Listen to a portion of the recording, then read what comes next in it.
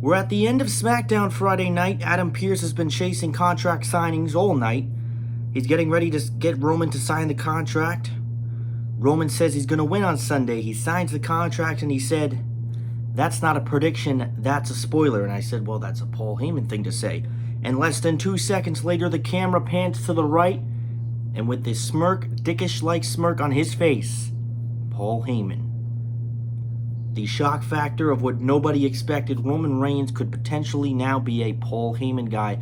And a lot of people questioned him coming out as a heel, if that's what he is. Well, there you have the answer to it. We're going to talk about WWE Payback. It's less than 1 week after SummerSlam, of course, but however, there's a lot of different variables going into WWE Payback. What could be a decent show, there's a lot of variables. We're going to break it down, preview and predict it as well. Hit the like button, subscribe, go nowhere. Gentlemen, usually in typical fashion with shows like this, they're not interesting because it's 1 week after another show. And if I could tell you this, Payback has had quite a few pay-per-views throughout the years.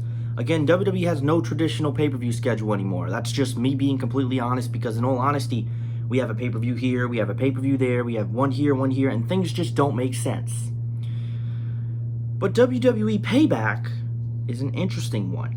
Not because of the show, but because of how many variables actually go into this show. We're going to talk about this, and we're going to preview and predict all the matches. There are some matches on here that don't make sense, some that will probably have a screwy finish, and Retribution will probably find its way onto the show one way or another. And the reason that I say that is because we didn't see from them on SummerSlam. Drew McIntyre does not have a match at Payback.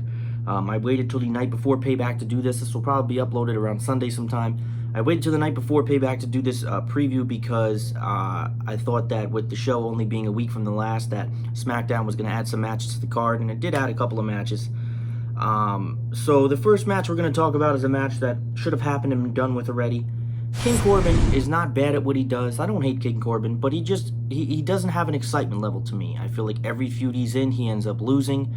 And it's just, Corbin is one of those guys that he's just a heel and he just exists, and he's there for other guys to almost get over. Now, Matt Riddle made his debut on SmackDown about over a month ago, and one thing I will tell you is that he beat AJ Styles on his first night.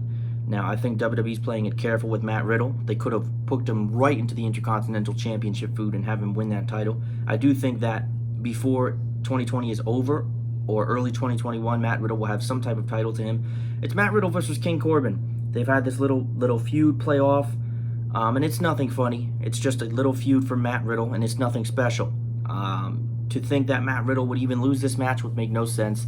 Matt Riddle should definitely win this match, and hopefully after this we get Baron Corbin doing something else, because I think Matt Riddle needs to be in a good feud with someone. But this is Matt Riddle kind of just getting his footing, or his pay-per-view footing, on the ground in WWE. So we'll see how he does. You know, the feud has been nothing special. It's been very short-lived. But Matt Riddle is going to have his match with Baron Corbin, and it would make no sense for Matt Riddle to lose whatsoever. So I go with Matt Riddle to win that match. United States Championship match. For some reason, we still have MVP wrestling in a wrestling ring in 2020. I've been one of those people to state I have absolutely no problem with MVP being on TV, but he should not be wrestling. Apollo Crews has held the U.S. title for about 2 months. It feels like it's been an eternity because the pandemic. It feels like the world is moving in slow motion, especially the sports world and professional wrestling world as well. But I think, in all honesty, if you look at this match, it's Apollo Crews versus Bobby Lashley for the U.S. title. Now, in all honesty, I do not think Apollo is going to hold the U.S. title any longer. Obviously, the Hurt Business is around. He just beat MVP to retain the title at SummerSlam. I'm reading this off of CBS Sports, so I don't want to read exactly what they say, because I don't want to be that guy that just reads off of it. MVP was beaten twice clean. The Hurt Business is supposed to look like this dominant faction, and I think that tomorrow's that night where it does look like a dominant faction. Bobby Lashley does not need the world title, but I think Bobby Lashley would look nice with some gold on him. I do think Bobby Lashley is going to win the championship tomorrow night from Apollo Crews. Whether the Hurt Business gets involved and it's a screwy finish, well, that's going to be left to be seen. But I can't see Apollo Crews getting another one over the Hurt Business and MVP as well. Again, the Hurt Business has been one of the brighter parts of television. And regardless of what you say about WWE, their storylines right now, some of them are just complete fire, and it's just amazing to see. The Rey Dominic one, Roman Reigns being with Paul Heyman, Drew Orton. I mean, it's just Bayley, Sasha. Those feuds were being planted. I don't mind Bobby Lashley having the U.S. title. I think Cruz could have had a better run. He didn't really defend it that much, and he didn't really defend it that much against a variety of opponents. You know, the mid-card titles were supposed to be an opportunity for new and upcoming stars, and Apollo Crews won the title, but then after he won it, not too many people were put in the spotlight of winning the U.S. title, and I don't think his reign was that memorable. It was a good reign, and again, Apollo could win tomorrow, but I don't see it. I think his reign ends here, and I think Bobby Lashley wins. Out of all of them, that would be the most fitting, because I don't know how much trust WWE has in Shelton Benjamin at this point in his career. And MVP really doesn't need any championship. He just needs to be the great mouthpiece that he is for all these men. And Bobby Lashley, well, you know what? Why not, you know? Women's Tag Team Championship. I absolutely hate the team of Shayna Baszler and Nia Jax, and they haven't even been a team yet. You know, one of the predictions on here is Bayley and Sasha retaining the titles. A strong part of me thinks that they drop them, because this is Bayley and Sasha for the women's tag titles, defending against Shayna Baszler and Nia Jax. I don't think they drop them because Shayna and Nia is a better team. If Shayna and Nia were to win the women's tag team titles, I think they would drop them within probably a week or two, because Shayna Baszler has her sights set on Asuka for the Raw Women's Championship, and that'll be a great feud whenever that time comes. I don't really think Shayna Baszler is a tag team kind of wrestler. I think that she rubs me off as a wrestler that is independent. She wants to do her own thing and wreak havoc. Shayna Baszler does not rub me off that way. That's just the way that I feel. The only reason that Bayley and Sasha would drop these women's titles would be if it was another spark plug one step further for their inevitable feud. We saw at SummerSlam, we saw the first signs of frustration, how Bayley did not make the sacrifice to help Sasha retain her Raw Women's title. It was talked about the other night on SmackDown. Sasha was clearly a little bit frustrated. But again, like it should be in the beginning of the feud, you know, you get a little bit frustrated, but then you say, oh, we make up. Tomorrow night would be the perfect time for there to be a little bit more tension. Now you haven't dropped the women's tag titles. A miscommunication between Bayley and Sasha. Well, but now here's the thing. If Bayley and Sasha drop the titles tomorrow night against Shayna and Nia, what's the next step? Is it Bayley losing her championship? Well, no, Bayley losing her championship. Bayley's going to have her championship. I'm not sure if they're ready to go the route of them dropping the tag titles yet. That's a step in the feud. That's what would separate them as a team. But then if they drop the tag team titles, then what would be the point of Bayley and Sasha having tag matches? You know what I mean? They would still be a duo together, and Sasha would help Bayley retain her SmackDown Women's title matches. Eventually the idea in the feud is Sasha Banks winning the SmackDown Women's Championship against Bayley, and hopefully having the first good title reign of her career on the main roster. But I'm not sure if they're ready to pull it off them yet. You know, the only reason they would is because, like I said, they want to step the feud. But again, you can't move the feud too fast. You've already planted the seeds. But if you drop the tag team titles already, then what? You know what I mean? Is it you're not going to have this be at Survivor Series? Do you have, you know, there's a lot of variables. One of the guys says here, I can see certainly Banks retaining while still building bigger issues as teamwork between Baszler and Nia Jax, but it just feels like the trigger's getting pulled here on the title change. The title would not be changing for any other reason, and I just stated that. I think Shayna and Nia win the titles, but either way, I think it's okay. Even if Bayley and Banks retain the titles, there needs to be some kind of tension in tomorrow's match, but I think that they're ready to pull the trigger. But again, what's the next step after that, after they lose the titles? Is there just constant tension? What would they be in tag team wrestling for? Or would it just be Sasha randomly turning on Bayley one day? You know what I mean? If they're ready to do stage 2 of the feud, or the inevitable feud, how do they go about it? The next match is Rey Mysterio and his son Dominic Mysterio taking on Seth Rollins and Murphy. Now this, it says here, there's no point for the Mysterios need to pick up a win to keep this moving forward. There's a point. Rollins has tormented Rey in every single way, including removing his eyeball. Then the Mysterios were left to be attacked by Retribution. There has to be a moment where Mysterios get a victory, or else there's nowhere for the story to go. That's a true point. At some point, this has been such a one-sided feud between Rey and Rollins. Rollins has been winning the feud for months, ever since Extreme Rules in July, SummerSlam, beating his son. They can win. Rey and Dominic can win because, again, Seth doesn't have to get pinned, and it's not a traditional one-on-one. So I would say Rey and Dominic win this match. This could be a good tag team match. Dominic really showed out in his in-ring career debut at SummerSlam last week. This can be a good match. But obviously, I think that the end of the feud would be Rey versus Seth. But how much further out do you point that feud? What is left? His son's involved. Let's say Rey and Dominic win, which I would think would be the right decision. If Rey and Dominic win, then what? You know what I mean? What is happening then? Do Rey and Dominic win and then get attacked after the match? Again, that's what I mean about this show being variables, is that a lot of what could happen next is not really as predictable as it should be. Let's say Rey and Dominic win, then what? The ultimate goal would be Rey beating Seth Rollins, but where and when? The next match is probably what will be the second match on the card. Randy Orton versus Keith Lee. I'm all for this match. I'm not for it happening now. This is a tricky one. Drew McIntyre's not on the show. I do not think this is a clean finish.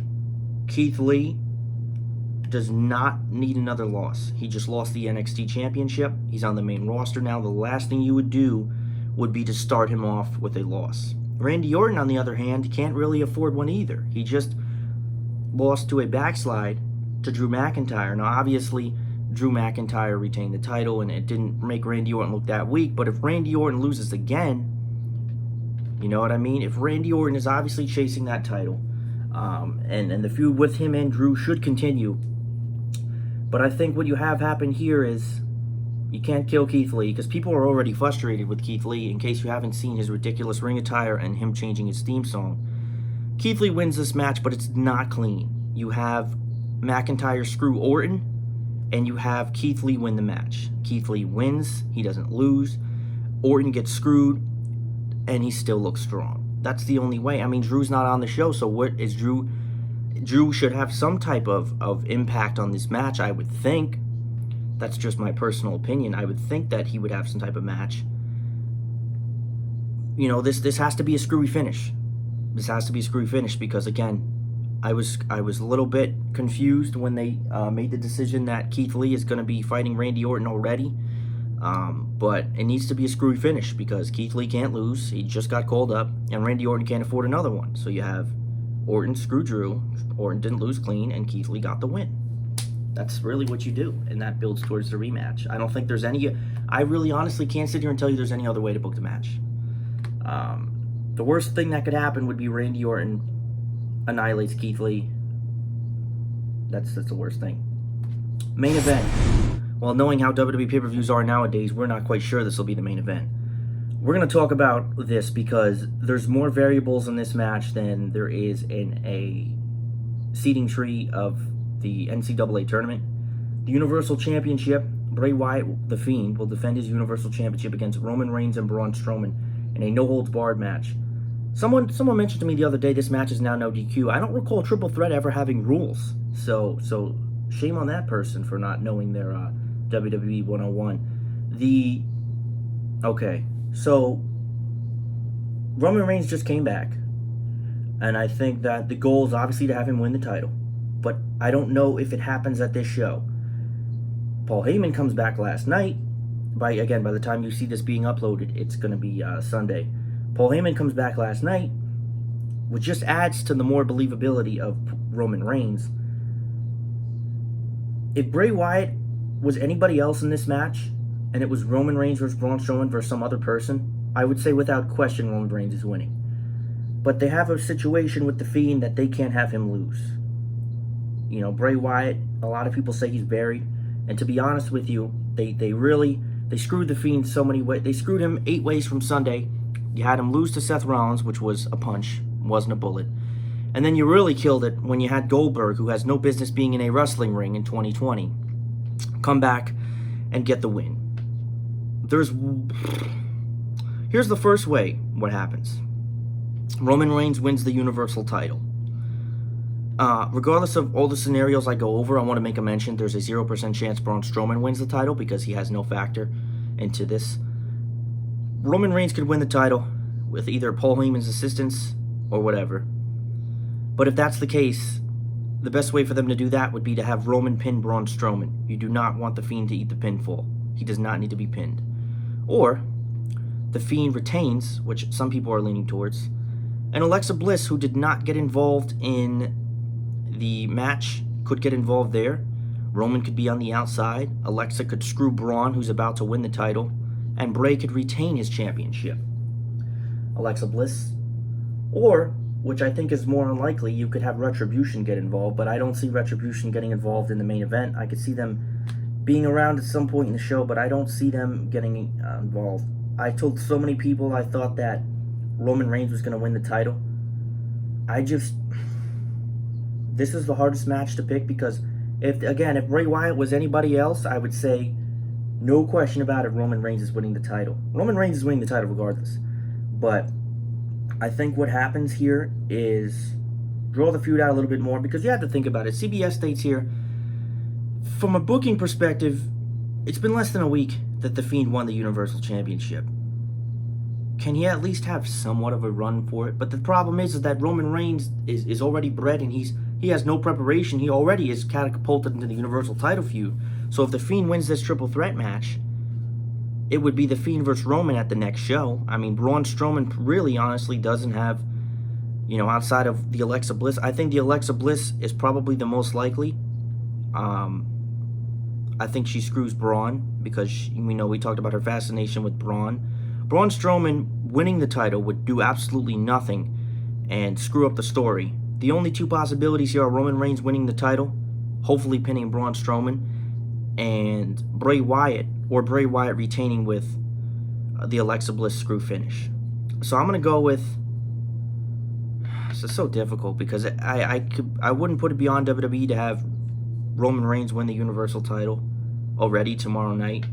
But I think you could draw the feud out a little bit longer. And in all honesty, I think the best thing for them to do would be to have Bray Wyatt retain the championship right now. Again, Roman winning is a very real possibility, especially after Paul Heyman coming out. I just think that the main event is going to be a very, very screwy finish. Or Roman Reigns could just pin. The worst thing that could happen in all of this would be either Braun Strowman pinning Bray Wyatt because it kills Bray and Braun Strowman has no business. Or Bray. Whatever happens at the end of this match, Bray Wyatt can't eat the damn pinfall. Okay? That is the only thing I want to be promised. I want to be told that Bray Wyatt will not eat the pinfall. Braun Strowman needs to be the fall guy. Roman Reigns will not get pinned for the rest of the year, probably. So, let Bray at least have a month with this title, for Christ's sakes. So I'm going to go with Bray Wyatt to retain. And that's pretty much what I think about Payback. A lot of variables going into the show. Could be very interesting. A lot of feuds are going to start being built. We're getting to that point where we're in the final quarter of WWE. We have different shows coming. October, Survivor Series, TLC. Not that anyone cares about that pay-per-view. All those kind of things. So I think, from a general standpoint, this could be a good show tomorrow. But I hope they do it right. And that's all I got. So I continue, everybody continues to stay safe. Go nowhere else.